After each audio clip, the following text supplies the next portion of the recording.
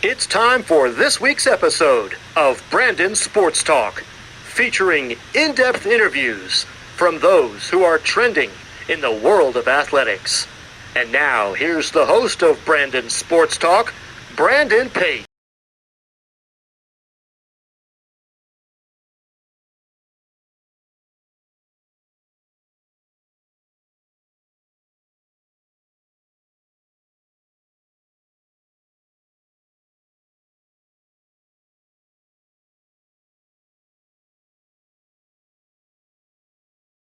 Welcome back to Brandon Sports Talk. In today's episode, I have the privilege to interview the Germany national ice hockey player, Julia Zorn. How are you doing today? I'm fine, thanks. Can you talk about how you knew that you wanted to get started in playing professional ice hockey? Well, I think it's not like a decision you make playing professional hockey. I think once you start playing hockey and the more you get involved and then the training gets more and it gets more intense and then maybe like other team contacts you and maybe it's like a federation contacts you and then it's like more a step-by-step thing other than like making a real decision to become pro. I mean, at some point you have to decide, okay, do I want to really take that more serious? But that's like further into the decision of playing hockey in general. What was it like getting to play with the ESC? I mean, I've been playing with them for almost a decade now. I started playing there in 2003, I guess, and I was 13 by then. And it's like in Germany, you can play for the youth teams till you're 21. And so we don't have that many girls playing hockey. So you play with the boys and you get the opportunity to also join the women's league by the age of now I think it's 14. Back then it was 13. But you have to be honest, like once you're only 13 years old, you're not able to play with the grown-up women. So it was more like, oh, you join a practice, then you join more practices and stuff. But the older I got, the more I got involved. And it's a small club. It only has that one team.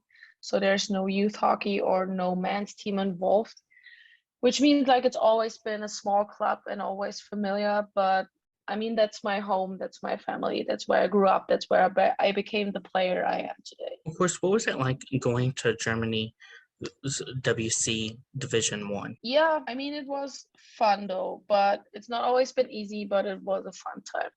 Of course, what did you learn during your time on the Division 1 for Germany? Well, that there's like a lot of stuff we need to work on and that the game is growing and everything, but still there's like a lot of work to do. How did it feel for you to make the national team to represent Germany? I mean, in general, it's been, I would say like it's a dream of every girl playing hockey or of every kid playing hockey that like once you take it more serious and I think like making your national team is a dream come true. And so I've been like really happy to have had the opportunity to play for the national team. Of course, in 2015, what was it like getting to represent Germany on the World Championship stage? I have to be honest, that year has been tough. So we had a like super young team and a super new team. So we had 12 rookies that year. And it was my first World Championship as a captain. And then coming in, having played already, what was it, 4 World Championships. So this was my 5th and my first as a captain. And like we had a new coach, we had like, as I said, 12 rookies, and we knew it would be a tough tournament for us. And I mean, it was because we didn't make it. And so we got to play against the Division 1 thing, but we didn't make it. So the next year we didn't play on the top division. And I mean, it was tough. I was still like super young by then, but like having the more, let's say responsibility. I felt like a lot of responsibilities on my shoulder, and I felt really bad for not keeping the top division. Of course, how did the 4 years leading up to that and having experience for 4 years and then becoming captain that year, what was that feeling like when you became captain? At first I couldn't believe it. Like there were still like older people and more experienced players on the team. So I was like super surprised. The coach came up to me and asked me if I could see myself in that role. But of course, I was super honored, and I was like, yeah, also super nervous. But I think that's something you grew up into as well, and we always had a great team, so they made it easy that year. And then the longer you do it, the more experience you get. And I had the luck to learn from like really good captains throughout my own career. So I always try to take the good stuff with me and like find my own style of leading a team. And well, I mean, it's been, I guess, 8 years now being the captain for the team. And I have to be honest, like it's been a huge privilege and a huge honor. Of course, in 2012, what was it like making history, becoming obviously the first skater to be in the IIHF? I think you mean like that I became the first player being like a goalie and a skater, right? Yeah. Um, I mean, it's still like a thing that people ask me, oh, you've been a goalie and you played the U18 Worlds as a goalie. But I don't know, like I don't like to talk about that a lot because I don't know why, but it's nothing well, I wish I've always been a skater and a player because I think like it would have helped me develop my game better and further, I think. It's not that I'm not happy with what I achieved, but I got like I learned to be a goalie. That's what I learned and that's what I was taught. And yeah, so it's been tough years, but I'm like super happy it turned out the way it did.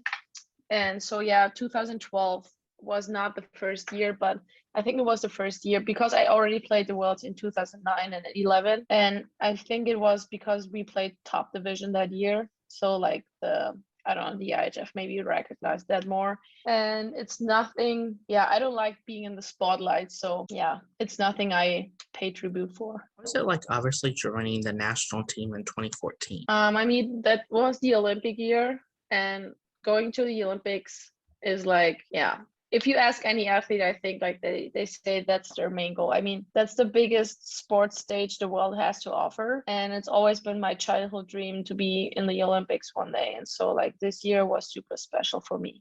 What was that feeling like getting to put on the Germany national jersey? Like, as I said, like it's always been a huge honor. How did it feel to prepare for the Olympics? Tough, hard. But I mean, like you want to make that team so bad. So like working that year is like super easy because like the motivation is so high and you're so close, but still it's like so hard because you want to perform at your best. So yeah, it's not always been easy, but it's totally been worth it. Of course, what were some of the things that helped you to make your Olympic dream come true? Okay. Like yeah, I had a tough 3 months prior to the Olympics because I had a shoulder injury. So like my way making the team has been a bumpy road, and I was lucky to work like with good doctors and good physiotherapists who helped me to still be able to achieve that. But yeah, there's like so much leading into making an Olympic team. It's not that easy to answer that question real quick. So of course, in 2014, what was it like receiving your jersey and having the Olympic rings on it? Well, yeah, maybe that's the moment not you realize it because there's been like a week before that, and yeah, it's like, as I said, once again, it's just a huge honor and a childhood dream come true. What is it like, obviously, to get to represent Germany each game that you play? Some people might say it gets less emotional or you get less nervous. I can tell you, you don't.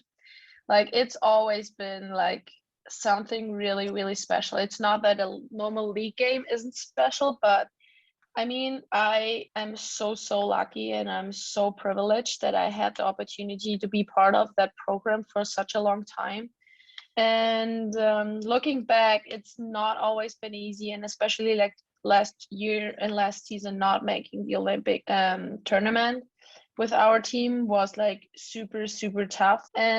But still, like having had the opportunity to put on that jersey with your country on it in front is like something I don't want to miss by a heartbeat. Of course, how did it feel to have your country represented on it, also with the Olympic rings on it too. Yeah, I mean, as I said, like being at the Olympics and representing that country is super, super, special. And I mean, it's been always only 23 players getting that chance that year. So, and I was one of them.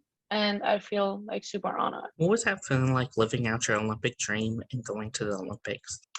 Yeah, it's like special because you live like we've been there for I think like 4 weeks, and it's like a totally own world, I would say. And coming back into your normal life is like not that easy. And I read an article this year, I think, like post the Olympic tournament in Beijing, and it says like that people coming back from the Olympics, they like need like so much help because you've been working so hard to get there, and like that was your goal the last 4 years, and then like once you blink, it's been over, and then like there's nothing you need to like nothing you have to work on, or like the next Olympics is like so far away. So living the dream has been awesome, and something I could do every day. But missing those hard weeks is not a thing I do. What were some of your favorite memories and moments during the Olympics and in the Olympic Village? Just meeting all the other athletes and getting to see like the biggest sports stage the world has to offer. And so like favorite memories, just living there, just being there, the opening ceremony for sure, our first games, like everything within those 4 weeks has been so special, and I think it's hard to pick one single thing. What was that like, obviously getting to play US and Canada in the Olympics? We didn't play them in the Olympics. We played them in a pre-game. So 2014 we played against the US, and it's been fast. It's been tough because they beat us really bad, but it's like those are the two teams like everybody's looking up to in our women's hockey world. So it's been once again, it's been a huge honor. How's that like, obviously getting to play against Canada and US? It's always like, for us as a small nation, and we always know, okay, we're probably not gonna beat them, but we try to play our hearts out and try the very best and represent our country well, but and also like we try to show our best hockey. What does it mean for you to be a German ice hockey player? I know that it's not something that is given the opportunity to be a German national team player is like super, super big. And I was lucky that I got the chance to do it professional with the help of the German army for the past 8 years. No, I guess 9 years now.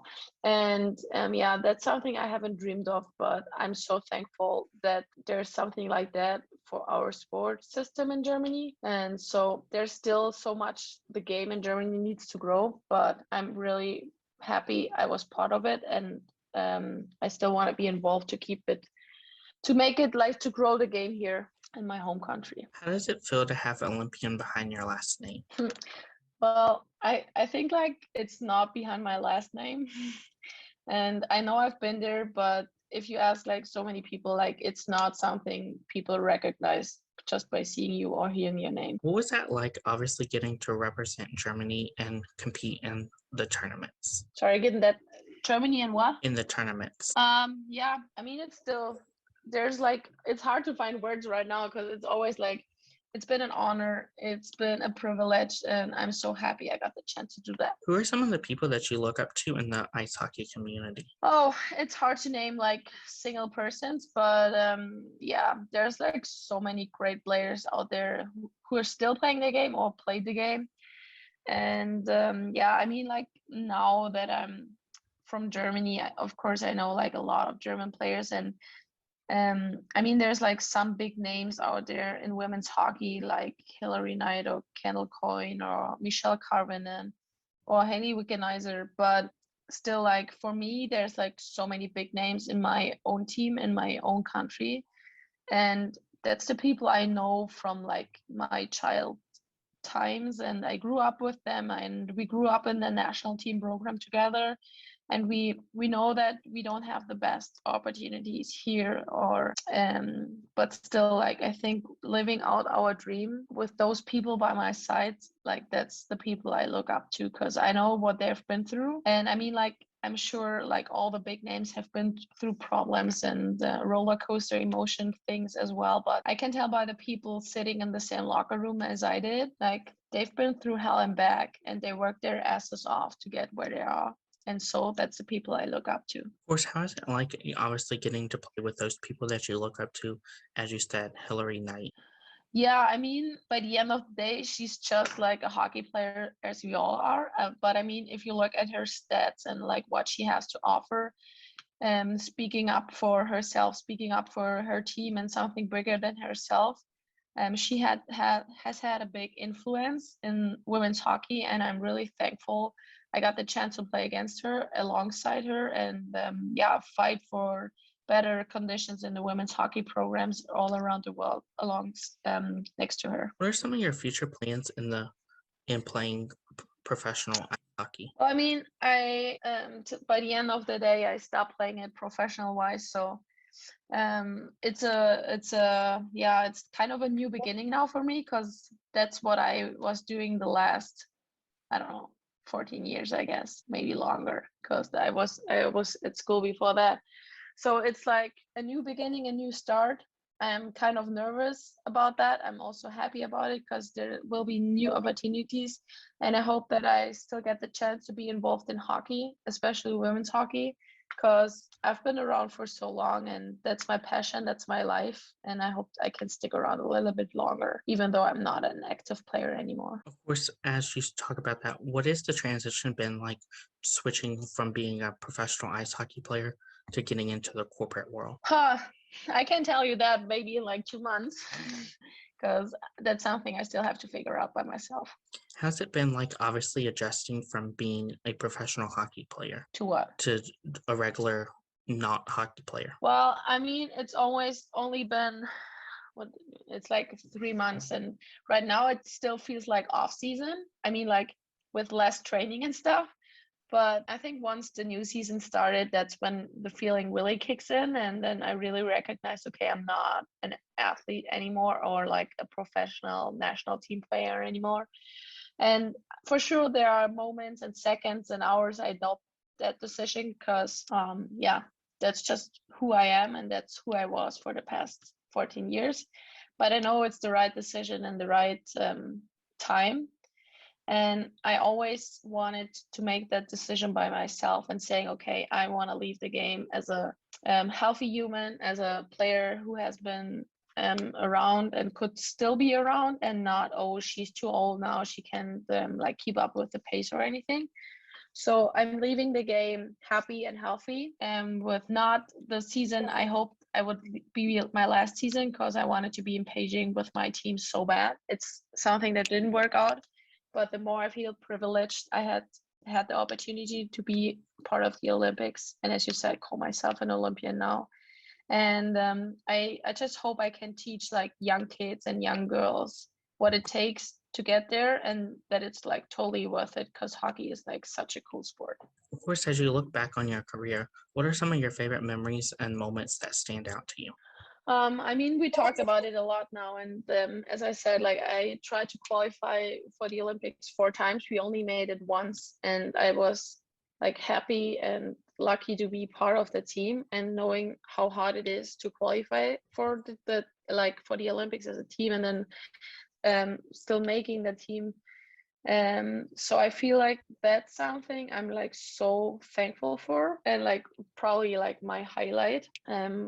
Sports wise, and also like when we finished 4th, I mean, like, we lost the bronze medal game like super bad, and also the semifinals, but we came to the Olympics to Plymouth, and we had lost the Olympic qualification to Pyeongchang like through 2 months before that, and we were the new team in the group, because we just came back from Division 1, and so like nobody had us on their minds, even like not ourselves. We didn't, because we were like, heartbroken for what has happened 2 months before that, and then playing with no pressure and nothing to lose, and finally, like, not finally, but suddenly being in the middle of like a semi-final game was like super cool and super fun, but still like if I look for 14 years, winning a medal would have been cool, but I'm still privileged. I got to meet so many people along that road, and I think like there's something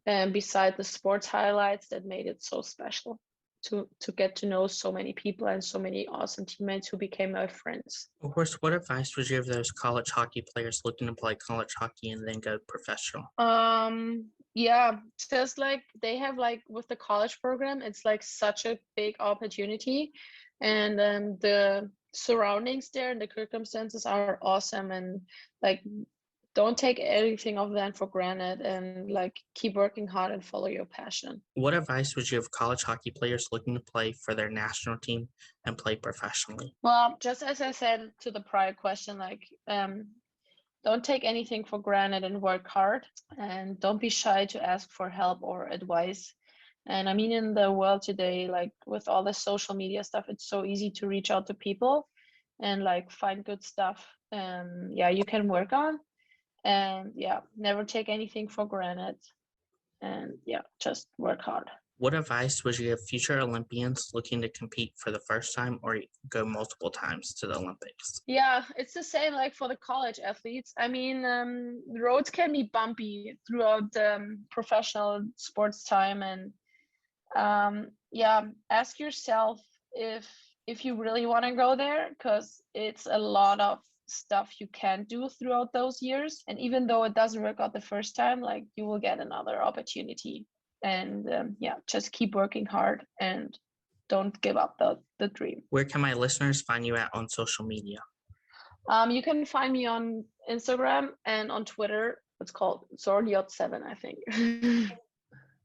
So Thank you again, Julia Zorn, for your interview, and best of luck in your future endeavorments. Thanks.